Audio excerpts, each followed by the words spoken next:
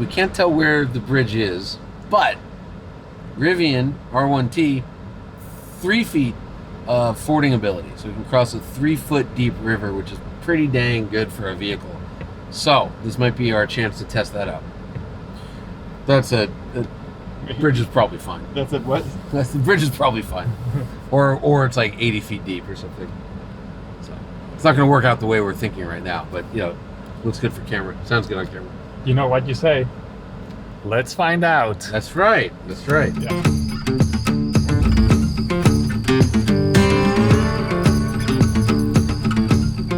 All right, are we recording? Check whether the lens cover is open. Okay, now the lens cover is open. Off to a great start. Yeah. All right, this is leg 2, day 1. Miguel Cortina. Hello. Is the pilot. I'm the useless navigator because we already missed our first exit. So First exit we were supposed to take, first turn really we were supposed to make. Yeah. And we missed. We missed it.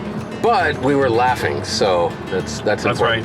Yeah. Also, I should point out that it's just past 8 in the morning, so whatever Miguel puts in his hair, one of the mysteries of the universe, is still holding, but the humidity is coming. Oh yeah. So we're gonna watch this hair grow. Yeah. I spent 8 years living in Texas, in Houston, where it's super humid. I don't know if I've forgotten about it or if my body just, came to the south and experienced something completely different. But it's been hot, it's been humid.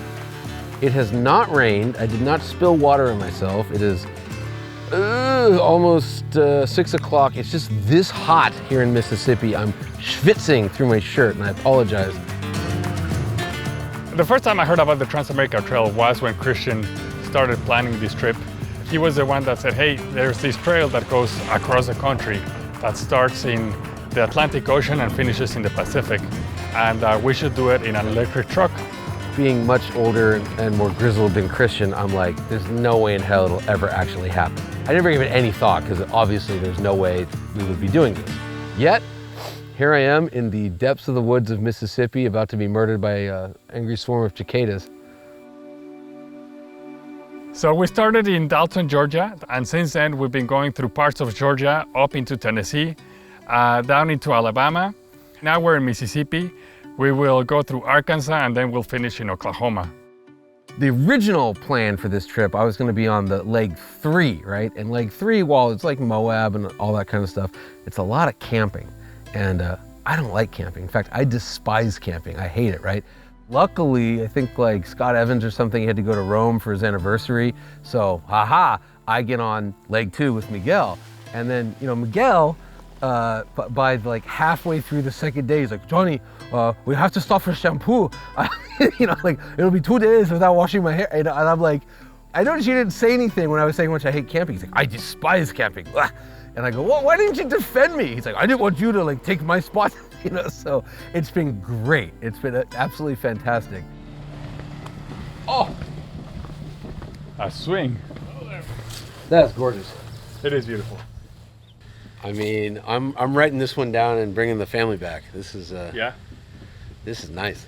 I'm glad that I chose this leg. Yes, we definitely picked the right leg.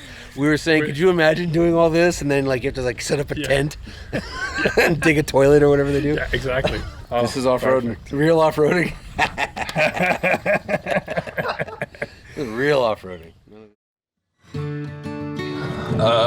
We've made our 15th wrong turn. Yeah. But we've almost found some dirt. We are either in Georgia or Tennessee. We're not really sure. Apparently we're in Chattanooga County, Georgia, if that makes any sense. Truck's doing great. The scenery is just spectacular. Like, how'd you like to live there? Look at that. Just fantastic. Yeah.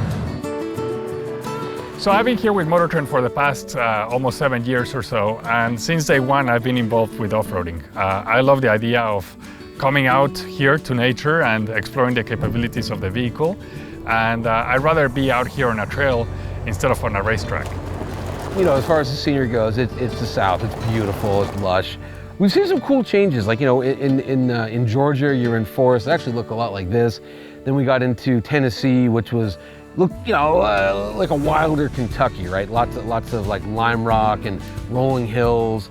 some nice dirt. And then once we get into Mississippi, it changes again, and you've got like swamps and mangroves and these really cool like kind of like kudzu infestations where you know like you have like vines totally covering a pine tree. It's like just this wall of vines, looks like Hawaii or something. So it's just like oppressive amount of greenery, and it's weird.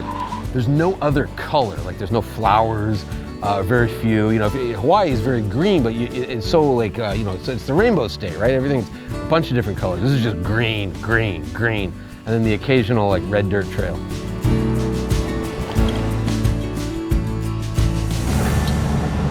All right, so this is closed.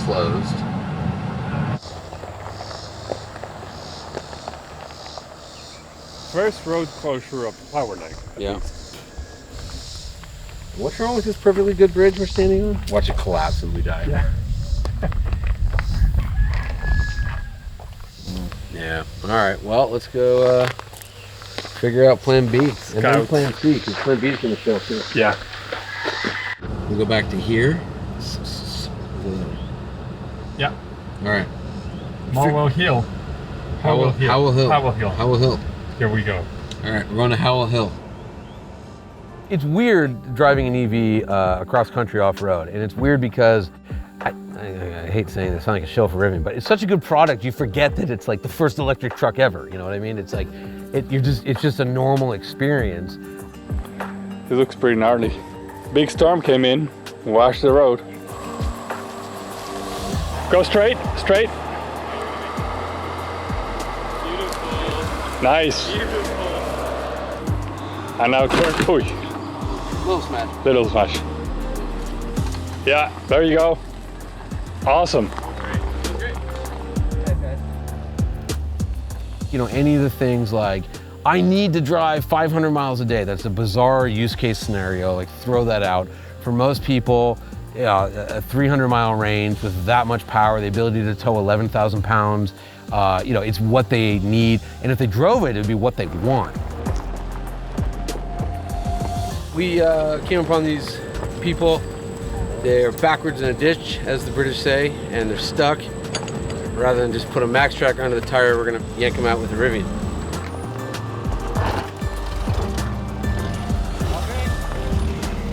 So we helped, you know, a couple that were stuck, and the Rivian came into action. We towed them out, and off we went. Now we continue on to the hotel for tonight.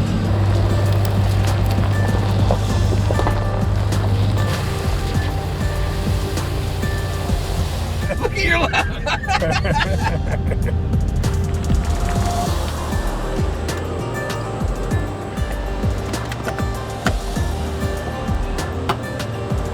I've been really enjoying the company with Johnny.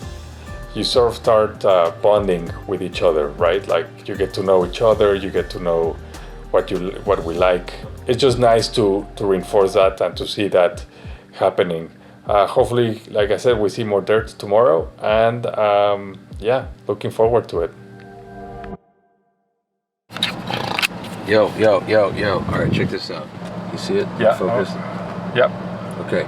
So 290 is our range after an entire night of charging. However, we're in sport mode. So, go to all purpose. Boom. Look at that. It reconfigures the range. 293. But check this out. If you hit conserve, pops all the way up to 308. Actually, it was 309 a second ago. But still, it's pretty good. Yeah, so how the vehicle charge works is very simple. I mean, you park the vehicle next to a charger, you plug it in, and then you get electricity. So it's that simple. Imagine if we were on a road trip and you were asked a question, tell me about putting gasoline in the car. And the answer would be, oh, we go to the gas pump and we pump it. And so for the Rivian is we go to the charger and we plug it in. Typically, most of the time we do it at night and we wake up and it's fully charged if you're 300-mile range. One time on this leg, we had to plug in for like 20 minutes for one of the trucks. And what we did was we bought pizza and we sat at a picnic table and we ate pizza, and when we were done eating, we drove away. We're building a pretty large charging network across the country, and we're rethinking the way that we locate them. We put in some level 2 chargers to fill in some gaps along the way on the Transamerica trail. that allow you to have this kind of adventure. They're not like at a burger joint or something. They're, you know, where you would naturally stay the night. You know, we also try to leverage just existing infrastructure like RV parks where you might stop to camp. And then of course we're putting them into parks so that, you know, you were going to go to the park anyway because that's what you wanted to do. You might as well plug in and get some electricity. I think it's one of those things where Miguel and I are realizing that, like, while it's a lot, while it's long, while we're exhausted at night, like, it would actually be cool to press on and do even more than we're going to do. Like, for instance, we give up the Rivian in Bartlesville, Oklahoma, which is like on the eastern edge of the state, but then the next crew is going to drive out through the Panhandle. And like, no one's ever been to the Panhandle. Like, how cool would that be? There's never has been a moment where, like, you know, just quiet and not talking. We're always talking, telling different experiences, different stories.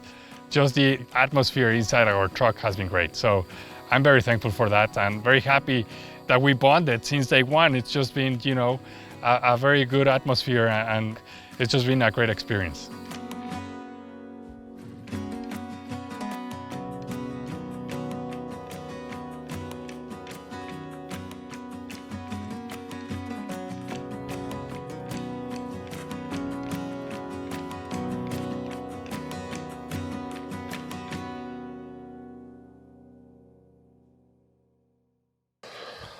Okay, this is it. Final one. I've lost my voice. That's how much fun we've had. We're leaving. Did we accomplish what we set out to do? We did. You can drive an EV off-road completely from... Where do we start? So for Miguel Cortina and myself, I am Johnny Lieberman. I'm in Oklahoma. We're driving to Tulsa. Catch ya on down the trail.